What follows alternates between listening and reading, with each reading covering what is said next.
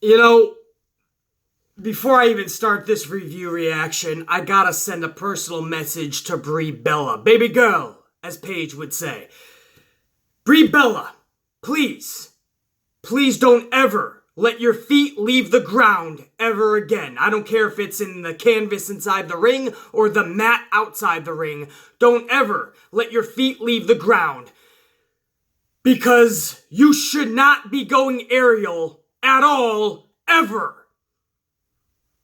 And somebody, please tell Brie Bella that a suicide dive doesn't actually mean suicide. Please, please, just because your husband is Daniel Bryan doesn't mean that you can wrestle like Daniel Bryan. It's adorable you do the yes kicks.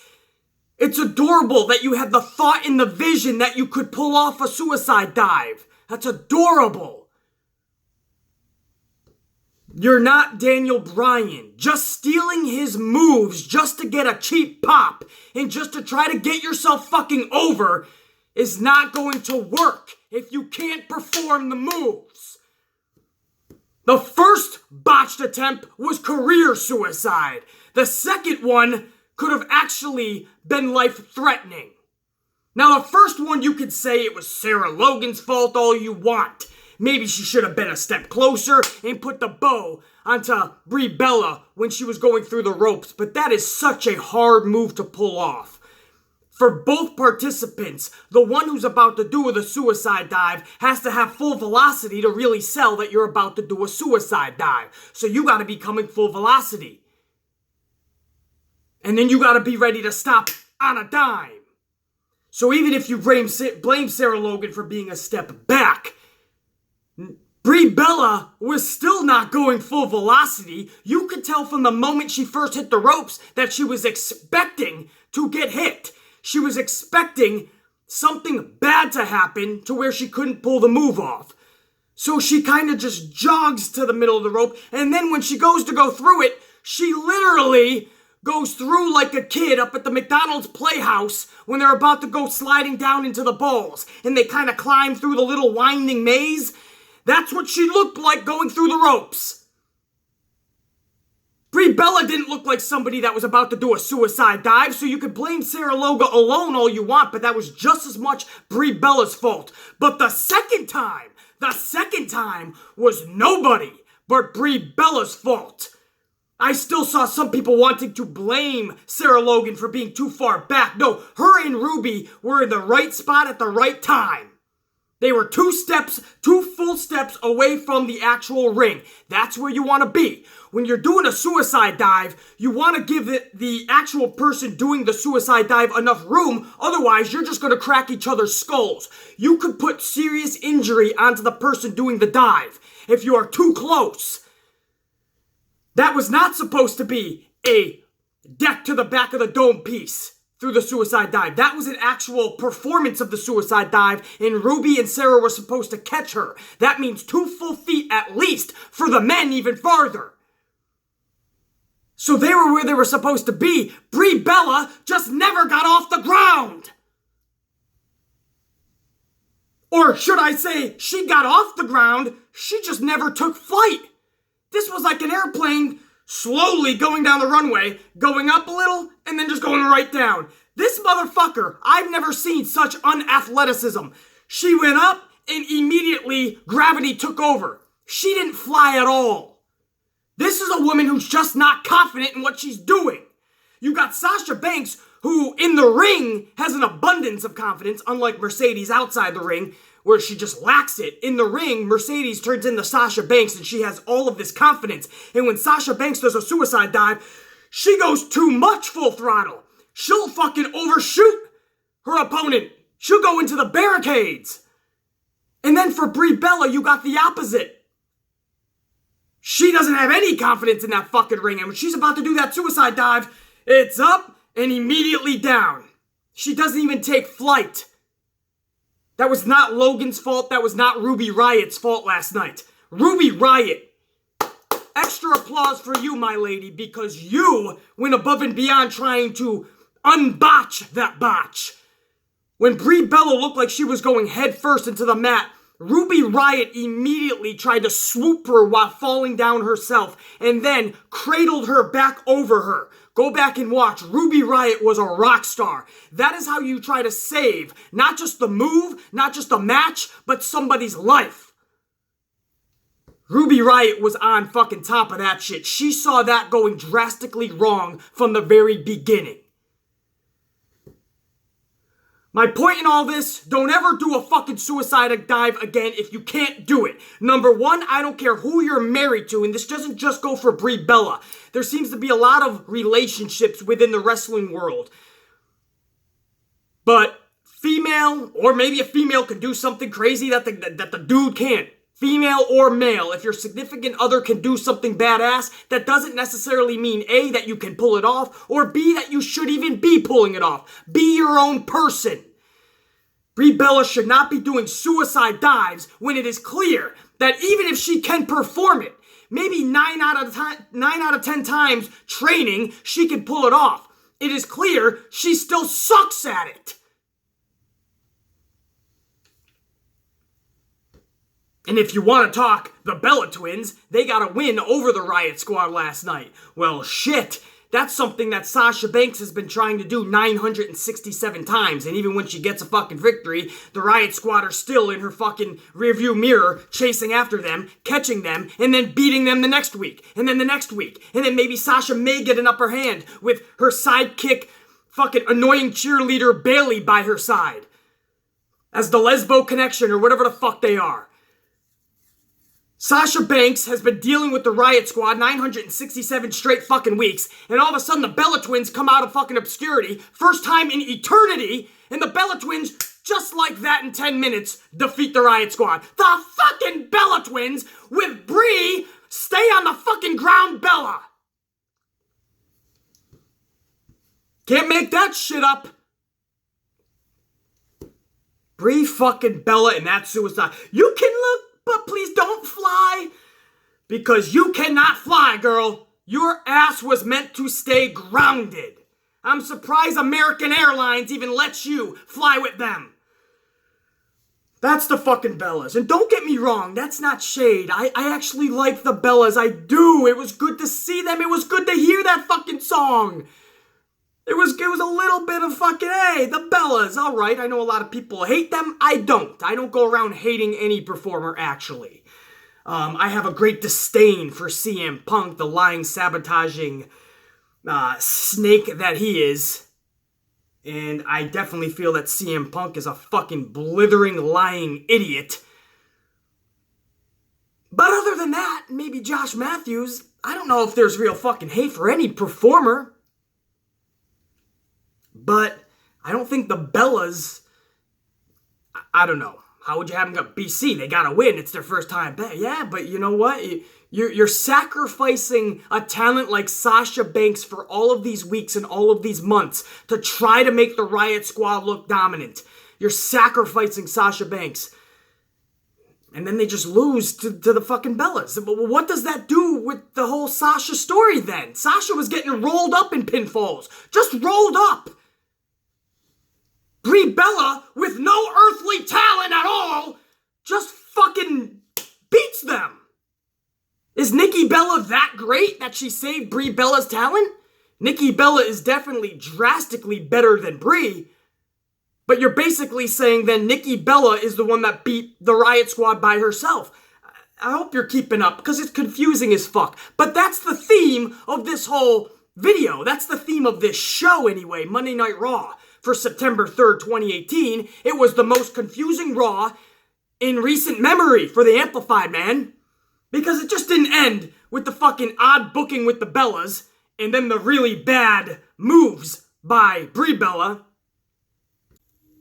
Because it's nothing but questions right now, man. And sometimes that's good in entertainment, right? You gotta wait till next week to find the answers. But no, this is like confusion as fuck to the point where we already know we don't need answers because we already know they're winging it week to week. You can see that. You can tell. They just are a company that doesn't know what they're doing right now. That's what's not good. It's like your favorite television show. Sometimes you can tell when there's no direction. You can just tell when They're like a hamster spinning on a wheel and they just can't get off. They're just fucking stuck. And I honestly feel like creative last night, they put extra effort into it because so much happened last night. It might not seem it, but a lot of shit happened last night, guys. From Dana leaving Titus Worldwide to new tag team champions. The fucking Shield might be dead. Undertaker comes back, teasing Shawn Michaels one more match. There's so much happened. So much. But they did it in such a confusing way that if your audience is just confused as fuck, and again, not in a good way, not in the way where we just have to find out what happens next week so it's a good cliffhanger, it's good type of confusion. No, this is the type of confusion that boggles your fucking mind and makes you wonder why we tune into this shit. If it wasn't for habit and hope, would we be tuning out of this shit? It's that type of confusion. So I feel creative tried to make a better effort than they have been making the previous weeks, months, and maybe even years. But they just still don't understand the concept of logic. They don't understand the concept of not confusing the fuck out of your audience. Because if your diehard fans are confused, what the fuck do you think the casual fans are? They're beyond confused. Or maybe they're hoping that the casual fans are just dumb as fuck sheep and they'll go along with anything. Maybe they will. Business is booming more than it ever has, and we've been the most critical of this product in the last 5 years especially. 10 years if you ask me, and even 15 years if you want to go about it. But the more we keep getting critical, the more money they keep making. So they got the formula for success. I can just speak as a diehard fan who loves pro wrestling as a whole. It was just a confusing night last night. And again, good shit was happening as far as progressing epic shit and progressing storylines, but they were doing it in ways that just didn't make sense. So it took from what should have been epic. Something like the Shield beatdown. That's what I'm talking about, guys. That should have been epic if it was a real faction. Like a Nexus or the NWO. You know, if it was a real tight faction and a brotherhood and they decimated the Shield like the Shield got decimated last night, then that's cool. But the people that did the decimating on the Shield last night, what the fuck? That was just the heel locker room. And that doesn't even make sense. So I'll get right into that right now. Monday Night Raw started off with this new faction, this new alliance, Braun Strowman, Drew McIntyre, and Dolph Ziggler in the middle of the ring. And they're all talking and running their mouths about what they're going to do to the Shield, Hell in a Cell, Dolph and McIntyre are going to take over too. Whatever the fuck they're talking about, a bunch of gibber and jabber. And finally the Shield comes through the crowd because they're going to get themselves some. They're going to get some of Braun's hands. And in the process, Braun's going to get the Shield's hands. That's the plan, right?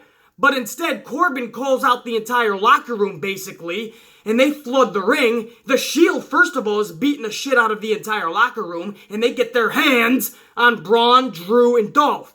But only for about a minute, because then all the superstars get back in the ring, and it's a brawl. At this point, we got a 4 to 5 minute brawl, and I love that type of shit, man.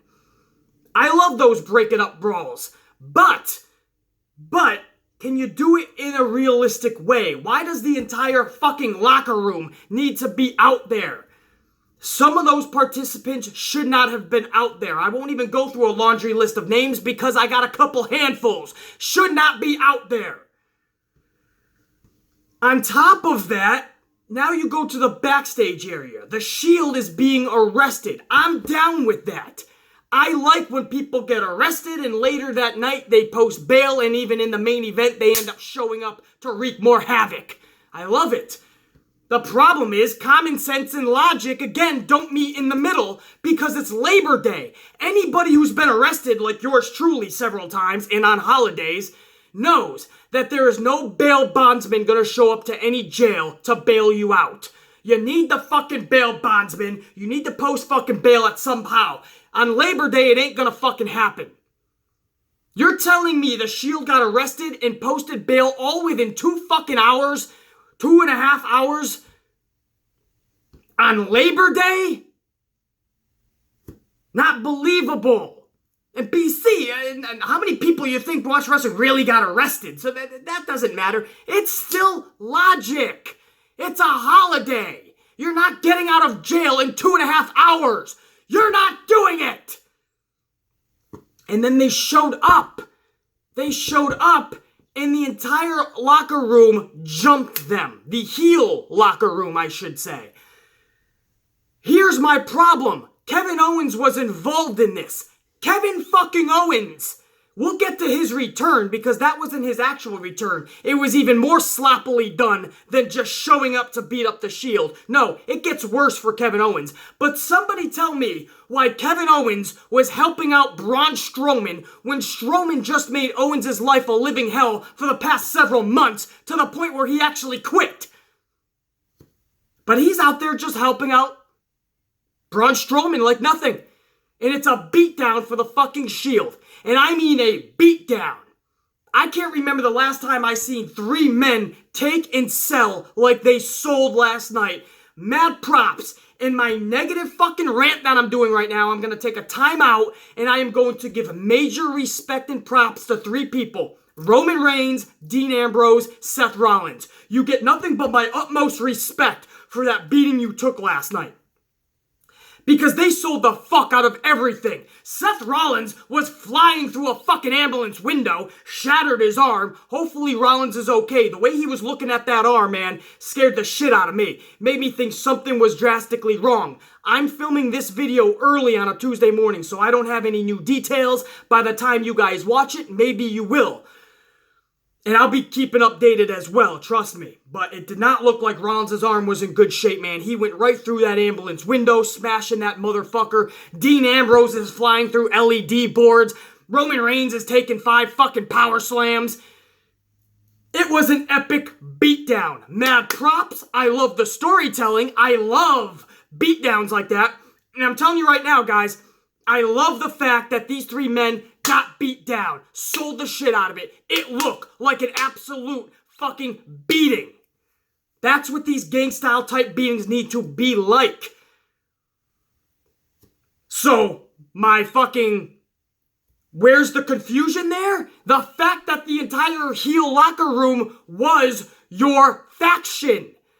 It's cool and it's epic if it's something like Nexus, because when they first debuted, we knew they were a brotherhood. They were out for something. We knew what the NWO meant when they were come to the ring. They meant business and somebody was getting fucked up and they were an entity. Nexus, even DX, NWO, the Horsemen, they were entities. What is the entire heel locker room coming out for? Just because Corbin has beef with Roman? For punching him in his face a few weeks back in the locker room when Kurt Angle was still around? Is that the end game? All of this? You see what I'm saying, man? It's not as epic when we don't know the formation, when it's not an actual brotherhood, when it's just a bunch of random superstars thrown together and they're doing the beatdown. It takes from the excitement that should be there, because a beating like that should have been epic. That should have been something we're talking about in the most positive ways this morning. Instead, we're looking at it and going, that makes 0 sense. And why is Drew Gulak beating the fuck out of Roman Reigns? Drew Gulak! What the fuck is a Drew Gulak? Get off of the fucking television set. Get out of that arena. An epic beatdown and Drew Gulak is one of the main people. Get out of here. Kevin Owens is helping out Braun Strowman. Get out of here.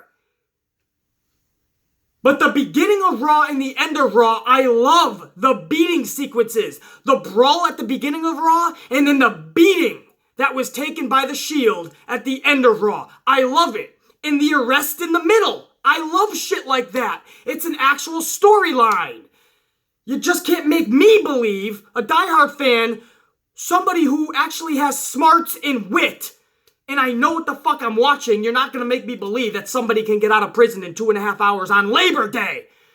And then you're not going to make me believe that Kevin Owens is going to help out Braun. You're not going to make me believe that Drew Gulak is all of a sudden some badass beating up Roman. You're not going to make me believe all of that shit. And the way that they came back from the police station, Roman Reigns is driving the police vehicle. The actual paddy wagon.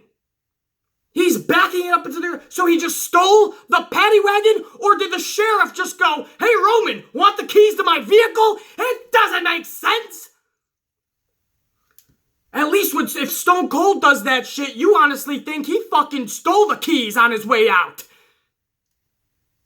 But Dean and Seth are just in the back. Roman just kind of walks slowly out like, hey, we check out our new vehicle, man. The Chevrolet broke down. We took the fucking sheriff's paddy wagon on the way out. The sirens are going. If you're gonna have that, then make them bust through nose first, man. Don't fucking have them backing into the arena. You have them driving full throttle into that arena. Take down an LED board on your fucking way. I don't give a fuck what's going on. You make them drive with velocity like they did just steal those wheels. And they're coming to get themselves some Braun Strowman, some Dolph Ziggler, and some Drew McIntyre. Instead, they just back it up. Just back it up. Just tap it in. Tap it in. Remember Happy Gilmore? Adam Sandler? Tap it in. Just tap. They're just backing it up. Just back. Woo! 5 minutes of the fucking siren. They're backing it up. They're probably eating cheeseburgers in there and fucking washing it down with some fucking Fantas. And then they're like, fuck, we should get out there, guys. Raw's ending. And then the beatdown. There was just so much fucking, as far as logic and common sense, that for a diehard older fan like myself, watching this product for over 30 fucking years, and somebody who's got common sense, who has logic, who has smarts, who has wit, I'm not going to buy into all of that. If you did, that's awesome. You were thoroughly entertained. There was so much good that should have been talked about from all of that. But the common sense gaps, they overtake the good. For me. And it's my fucking review, and that's what I got out of it. I'm not going to sit here and say it wasn't entertaining. You're sure as hell bet it was entertaining. 3 men were getting the fucking life beat out of them.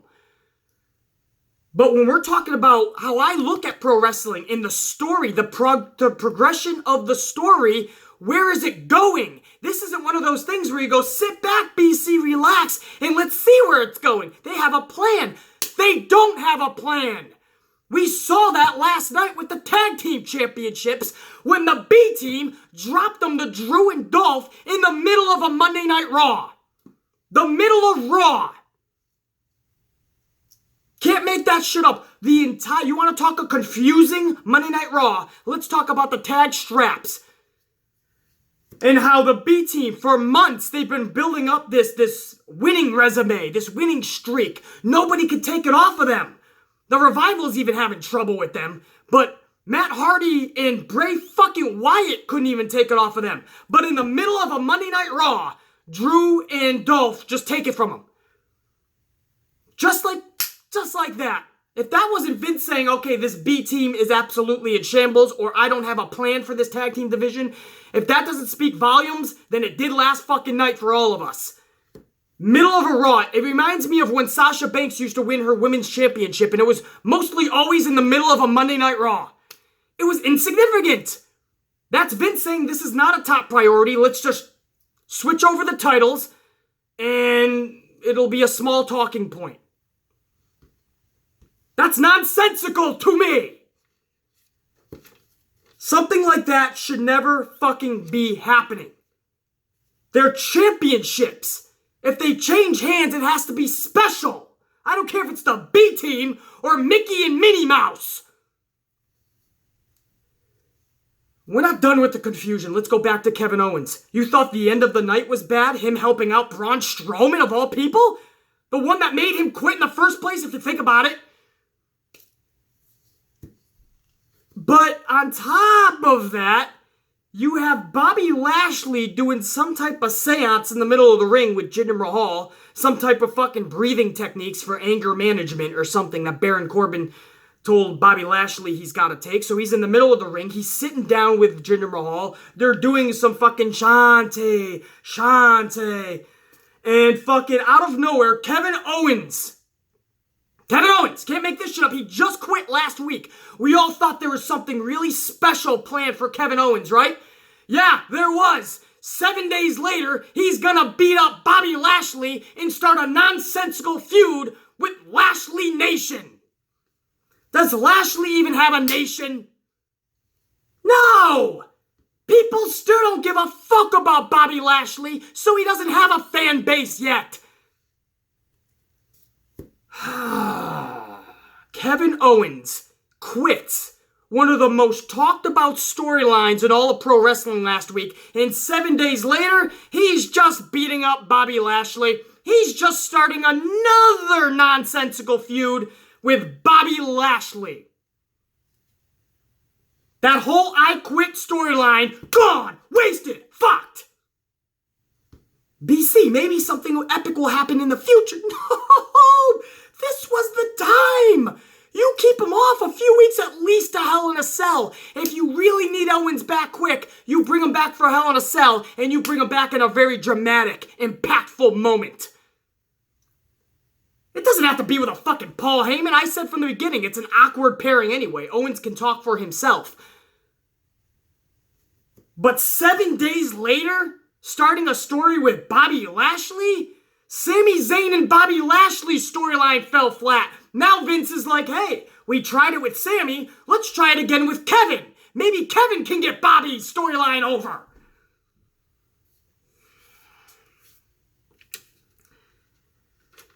You know,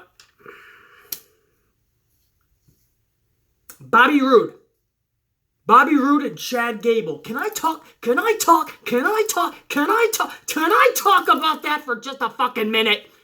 Bobby Roode and Chad Gable. Cause fucking A, man. It wouldn't be WWE Tag Team Division if you ain't just throwing random people together. Bobby Roode gets demoted from even mid-card status to tag team status, and Chad Gable is stuck in tag team prison. He finally cuts loose from Jason Jordan, and they throw him Shelton Benjamin. He finally cuts loose from Shelton Benjamin, and now it's Bobby Roode. It's like prison, and it's like your cellmate keeps getting released back into the world. Jason Jordan sees the world. Gable is still imprisoned. He gets a new cellmate. Shelton Benjamin, he's released to the world. Gable is still in prison, waiting his next cellmate. Now it's Bobby Roode is his new cellmate. Chad Gable again proves last night in a match with Bobby Roode and Chad Gable.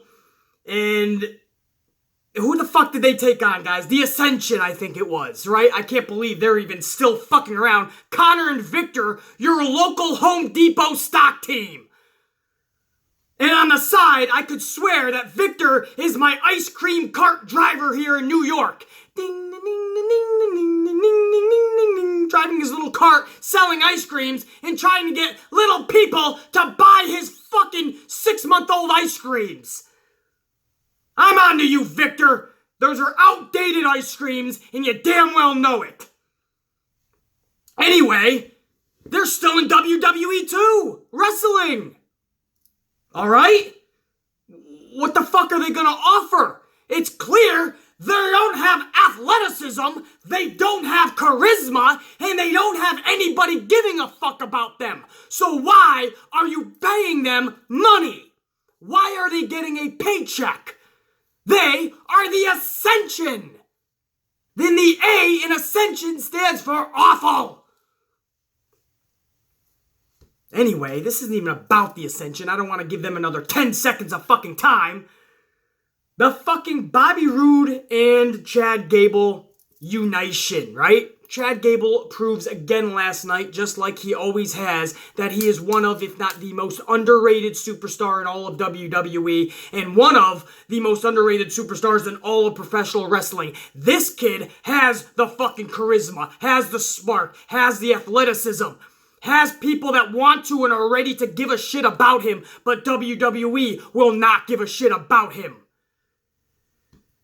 Bobby Roode, I've said from day one, yes, he is not one of the best wrestlers, obviously. Bobby Roode is, to me, and I know I get flat for this for a lot of diehard Bobby Roode fans, but to me, he's a mid-carder. He just is, and there's nothing wrong with that. I always looked at Mr. Perfect as a mid-carder, although Mr. Perfect should have at times been in the main event picture a lot more. But never did I think Mr. Perfect should held the WWF at the time heavyweight championship for 6 months or more. To me, Mr. Perfect can have some fun in the main event status for a bit, but then he belongs in that mid-card. Rick Rude, Ravishing Rick Rude, Tito Santana, even the Big Boss Man. These are fucking idols of mine growing up. But they all belonged in the mid-card. They just did. There's nothing wrong with the mid-card.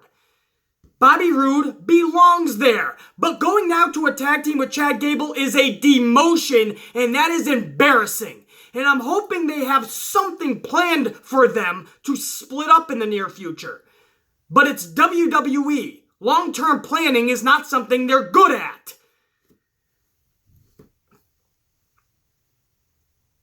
I don't know where they go with Bobby Roode any lower. How can you go any lower than now putting him in a tag team?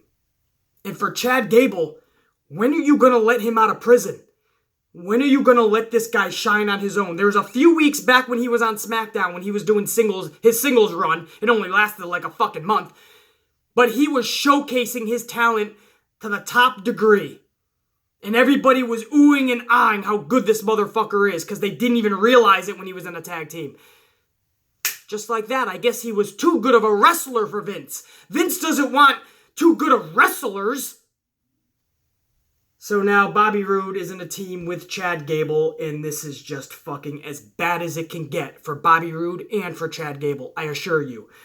For anyone saying, well, BC, they could just be left off TV and stuck in catering, so that's as bad as it can get. Yeah, is it? I'd rather be eating pies and cupcakes than being in a tag team that's in a nonsensical format and for a nonsensical purpose. I'd much rather be sitting on fucking catering going through my fucking Twitter.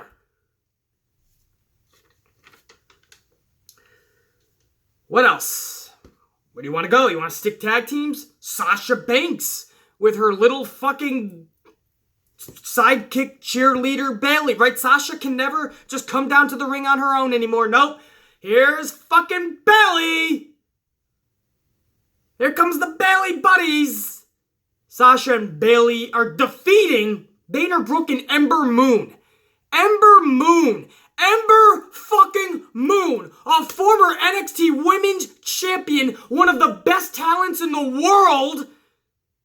Nonsensical tag match. Tagging up with Dana Brooke. Getting beat in like 4 minutes. 4 minutes. 4 minutes. 4 minutes. Against Sasha and Bailey. Can't make that shit up. Can't make that shit up at all. 4 minutes. Sasha and Bailey over Ember and Dana. Now, don't get me wrong. Sasha and Bailey have no fucking business losing against any fucking team right now. So, either way, you're looking at it like BC. I don't think you would have been happy either way. You're damn right I wouldn't be. Because who the fuck is booking Ember Moon versus Sasha Banks and Bailey anyway? Why would you book that knowing that one of them has to lose? And at the end of this match, I felt so bad for Ember. You can see as Dana Brooke is arguing with Titus Worldwide, in the background, Ember is just trying to fucking stay on her knees because she's trying to stay out of the way of the main storyline, which was Dana Brooke leaving Titus Worldwide. So Ember Moon goes out there for only 4 minutes, can't even showcase her talent. She gets fucking beat, and then she's got to stay in the background. She's not part of anything. And Dana Brooke says, you know what? I've had enough with Titus Worldwide because Titus was bickering with Apollo, and Dana's like, you know what? I could have done better than this, but you know what? I've had it. I'm done. So no shade at Dana. Dana did good in the storyline that they gave her, and I feel that Dana Brooke has been improving, but that does not mean you tag her up with Ember Moon and they just lose to anybody. On the flip side, Sasha Banks cannot be losing to anybody right now, whether she's in a tag team or a 10-man team. So it was a lose-lose for everybody involved. Nobody wins there. Maybe Dana. Dana had the big storyline here, but she still lost the fucking match. I hope you're keeping track. I know it's all over the place, but that was Monday Night Raw last night. The weirdest shit was happening. Owens is helping out Braun Strowman. Owens is back from quitting 7 days earlier to attacking Bobby Lashley for no reason. Fucking Drew Gulak is beating up Roman Reigns. Bobby Roode is teaming up with Chad Gable now. Dana Brooke is tagging up with Ember Moon.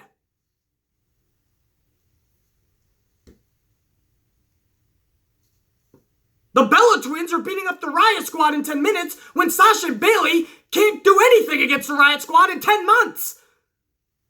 Nothing was making sense. Drew and Dolph are winning tag team titles in the middle of a Monday Night Raw. After the titles have been on the BT for a couple of months. Nothing made sense. So I don't know if this review is even making sense. I'm all over the place because that shit was all over the place. Natty. Let's stick with the women for a second. Natty taking on Alexa last night. Ronda Rousey again is in Natty's corner. In Alexa's corner is Alicia Fox and Mickie James. Why do we have to see this every week? Is Ronda Rousey a wrestler or is she a manager? She doesn't need to be out there every week with fucking Natty. She doesn't. It's getting fucking old now. They were booking Ronda so good as this ultimate anti-authoritative figure. And now every week she's just the sidekick to Natty. And then after the match, Ronda gets in some shots on Alicia Fox. That's it. Every fucking week it's the same shit. It's almost like watching Sasha and Bayley lose against the Riot Squad every week. It's redundant to the point where I want to put my head through a fucking wall. And I like Ronda Rousey too much for me to have to do that. To have to feel that way watching Ronda Rousey. That's when you know you done fucked up. Ronda fucking Rousey.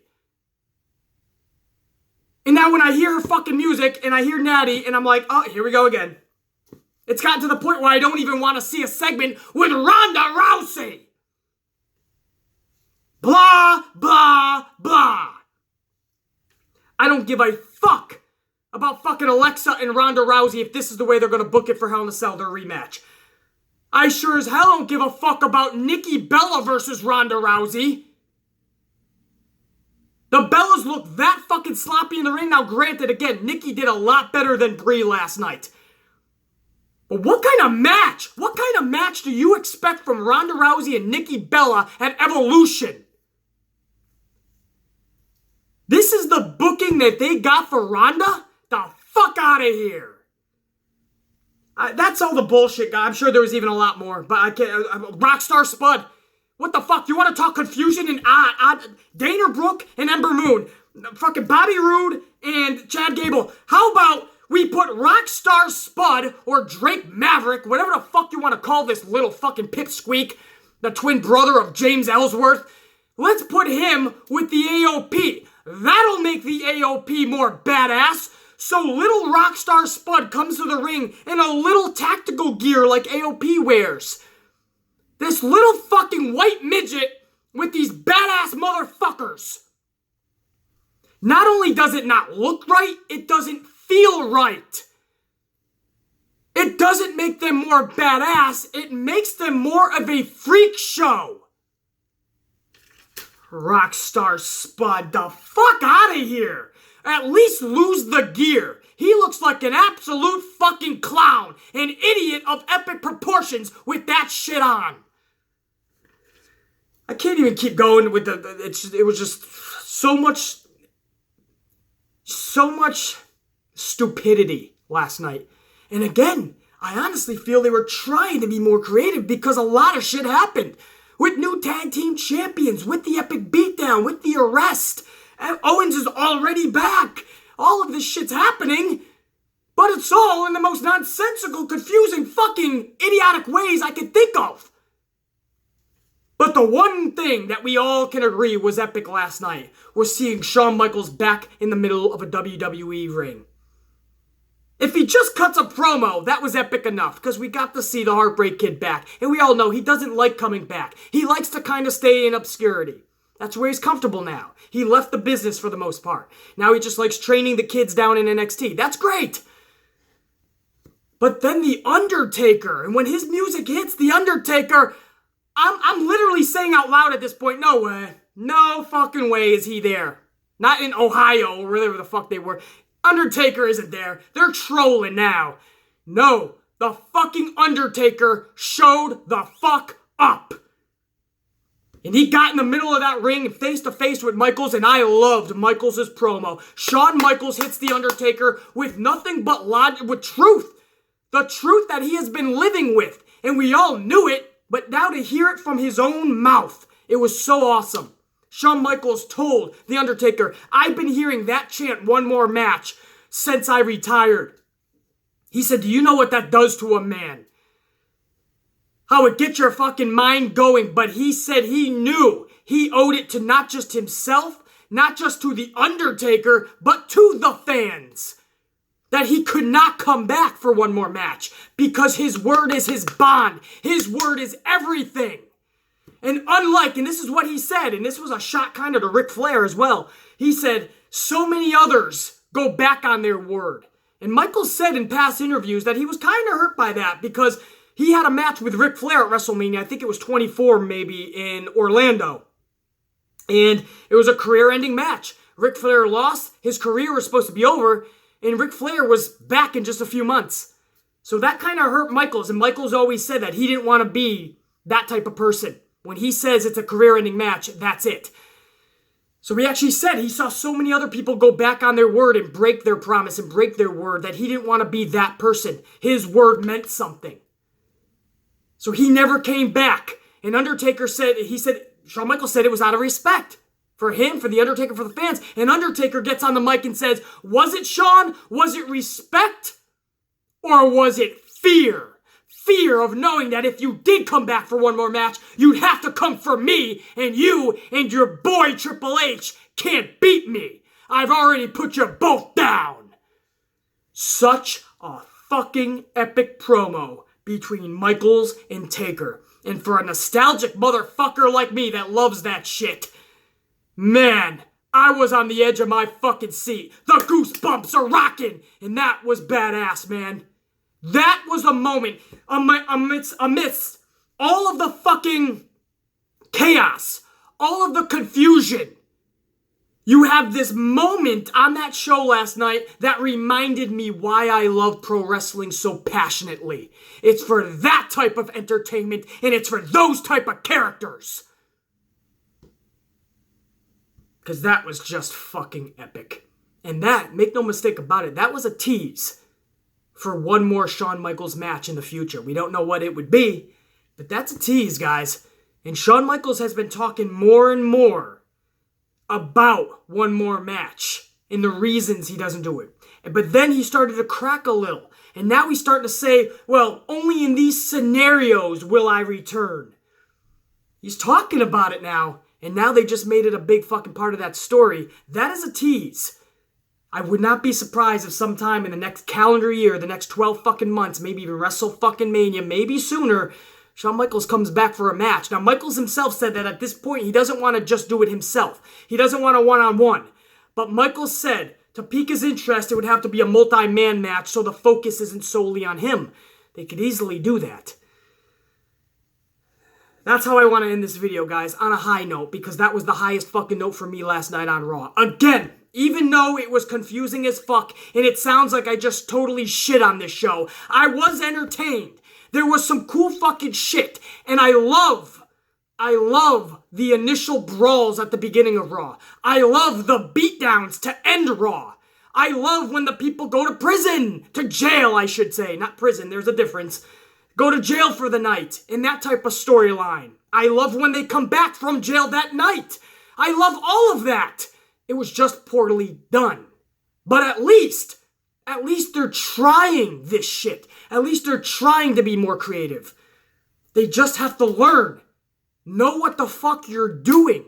Don't confuse A, your audience first and foremost, but B, don't confuse yourselves. Because you're going to end up backing yourselves into a corner, and that's one pickle you ain't going to be getting out of. Because then the whole train is going to be off the track. Then you're going to be making irrational decisions every fucking week. And then the confusion will just go deeper and deeper every week. Because that's where we're at right now. That was Monday Night Raw, September 3rd, 2018. We go on to SmackDown tonight, and hopefully it's a lot less confusing. Amplified size coffees and amplified ass whippings, and I'm the amplified man. We're going to rock out Tuesday. Again, I'll be checking out. Hopefully Seth Rollins is okay in that arm, so I'll be checking out. I'll try to give you guys any info. If you guys got any info, drop it down below as well.